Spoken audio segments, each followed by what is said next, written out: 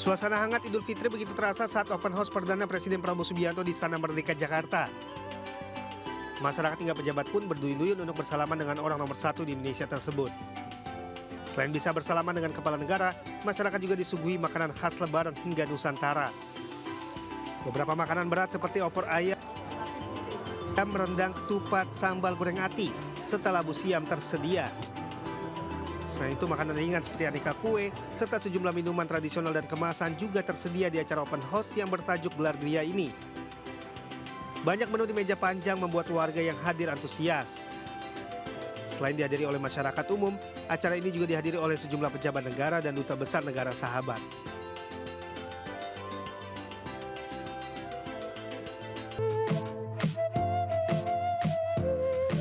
Wonosobo terkenal dengan keindahan alamnya yang eksotik. Pagi tadi, warga Wonosobo menunaikan sholat Idul Fitri di tengah keindahan alam daerahnya. Tak hanya warga Wonosobo, sejumlah warga dari luar kota hingga wisatawan asing juga memilih sholat di lapangan desa di apit keindahan alam dua gunung. Lokasi lapangan Garung tempat sholat Idul Fitri di apit Gunung Sumbing dan Gunung Sindoro, sehingga hawanya sejuk dan udaranya segar. Saya dari Pekanbaru, tapi saya sedang studi S3 sama suami di Jogja. Jadi kemarin suami ngeliat yang viral-viral gitu di TikTok, sholat di daerah Wonosobo dengan view belakangnya gunung begitu. Jadi makanya kami memang diniatin ke sini. Karena di Pekanbaru nggak ada yang beginian, jadi kita sangat excited sekali sholat Id untuk tahun ini.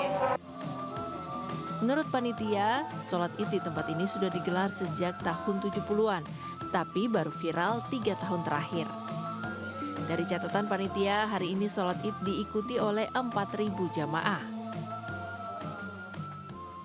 Data dari tahun kemarin yang panitia dapat itu dari berbagai macam kota di Indonesia, bahkan sampai luar negeri, saudara-saudara dari Malaysia, dari Brunei juga ini mulai ikut bersama-sama kita berjamaah di lapangan Garung ini. Keindahan alam saat sholat Id juga menjadi buruan para pencari konten. Selain ibadah, mereka juga mengabadikan suasana sholat Id. Dari Wonosobo, Jawa Tengah, Didik Dono Hartono, iNews melaporkan.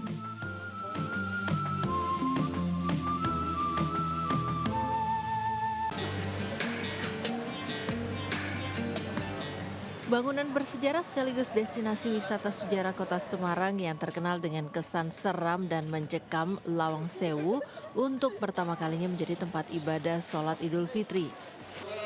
Ribuan jemaah warga Kota Semarang dan dari luar kota antusias datang ke bangunan bersejarah peninggalan Belanda ini sejak dini hari. Pada Hari Raya Idul Fitri 1446 Hijriah, pihak PT KAI membuka Lawang Sewu sebagai lokasi sholat Id. Sholat Id yang dipimpin oleh Khatib Ustadz Makasim dihadiri sekitar 2.000 jamaah yang memadati bagian halaman. Salah satu jamaah asal Jakarta mengaku senang dapat melakukan sholat Id di Lawang Sewu. Sholat Id bersama keluarga dapat sekaligus berwisata gratis mengelilingi bangunan bersejarah.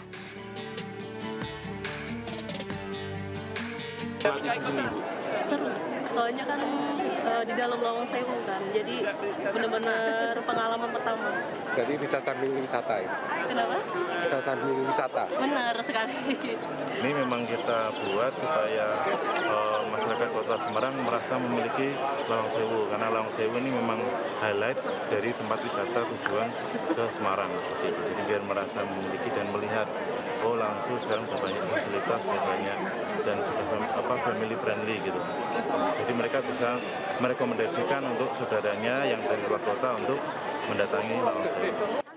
Diketahui Gedung Lawang Sewu merupakan bangunan bersejarah yang digunakan sebagai kantor perkeretaapian pertama di Pulau Jawa. Dengan sejarah yang kelam menjadi saksi perang dengan penjajah, kini Lawang Sewu tidak lagi terkesan menyeramkan. Dari Semarang, Jawa Tengah, Wisnu Wardana, iNews melaporkan.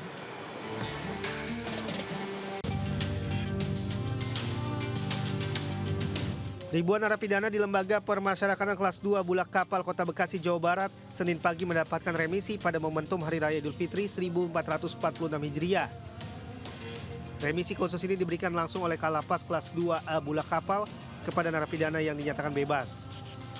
Pengurangan masa hukuman yang diberikan mulai dari 15 hari hingga maksimal 1 bulan 15 hari. Remisi tersebut diberikan kepada para narapidana yang telah menjalani hukuman di atas 6 bulan serta berkelakuan baik selama berada di dalam lapas. Sedikitnya 1.110 narapidana yang mendapat masa pengurangan hukuman pada momentum Lebaran tahun ini. Dari jumlah tersebut, 7 orang diantaranya langsung dinyatakan bebas. Remisi bagi narapidana pada lapas kelas 2A Bekasi sejumlah 1.110 orang. Ini yang belum bebas. Jadi namanya RK1 remisi khusus 1 khusus Hari Raya Idul Fitri bagi yang beragama Islam.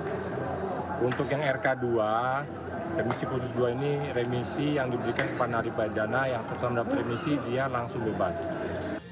Selain memberikan remisi, pihak lapas juga memfasilitasi pihak keluarga untuk mengunjungi para narapidana selama 4 hari atau hingga tanggal 4 April mendatang. Dari Bekasi, Jawa Barat, Rahmat Hidayat melaporkan.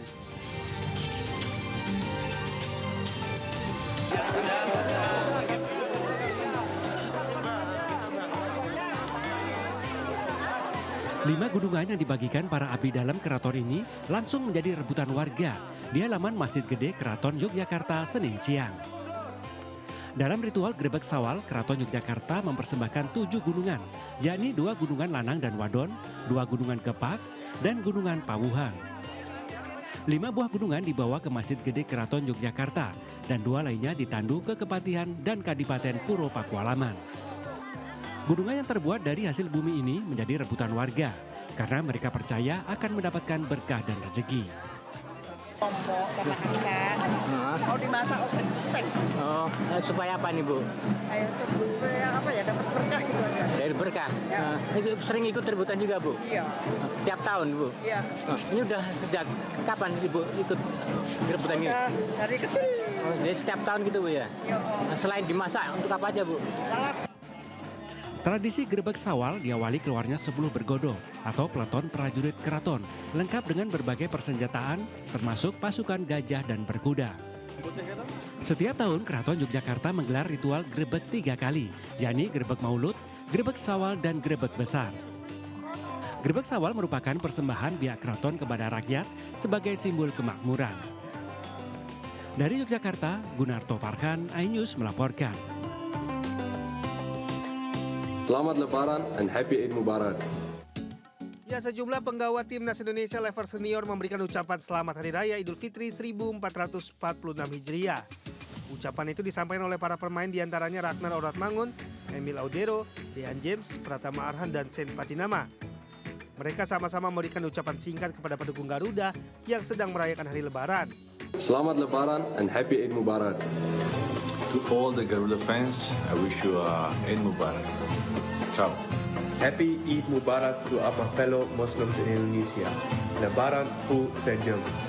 Halo, saya Pratama Arhan, mengucapkan selamat Idul Fitri buat Garuda fans. Mohon maaf lahir dan batin.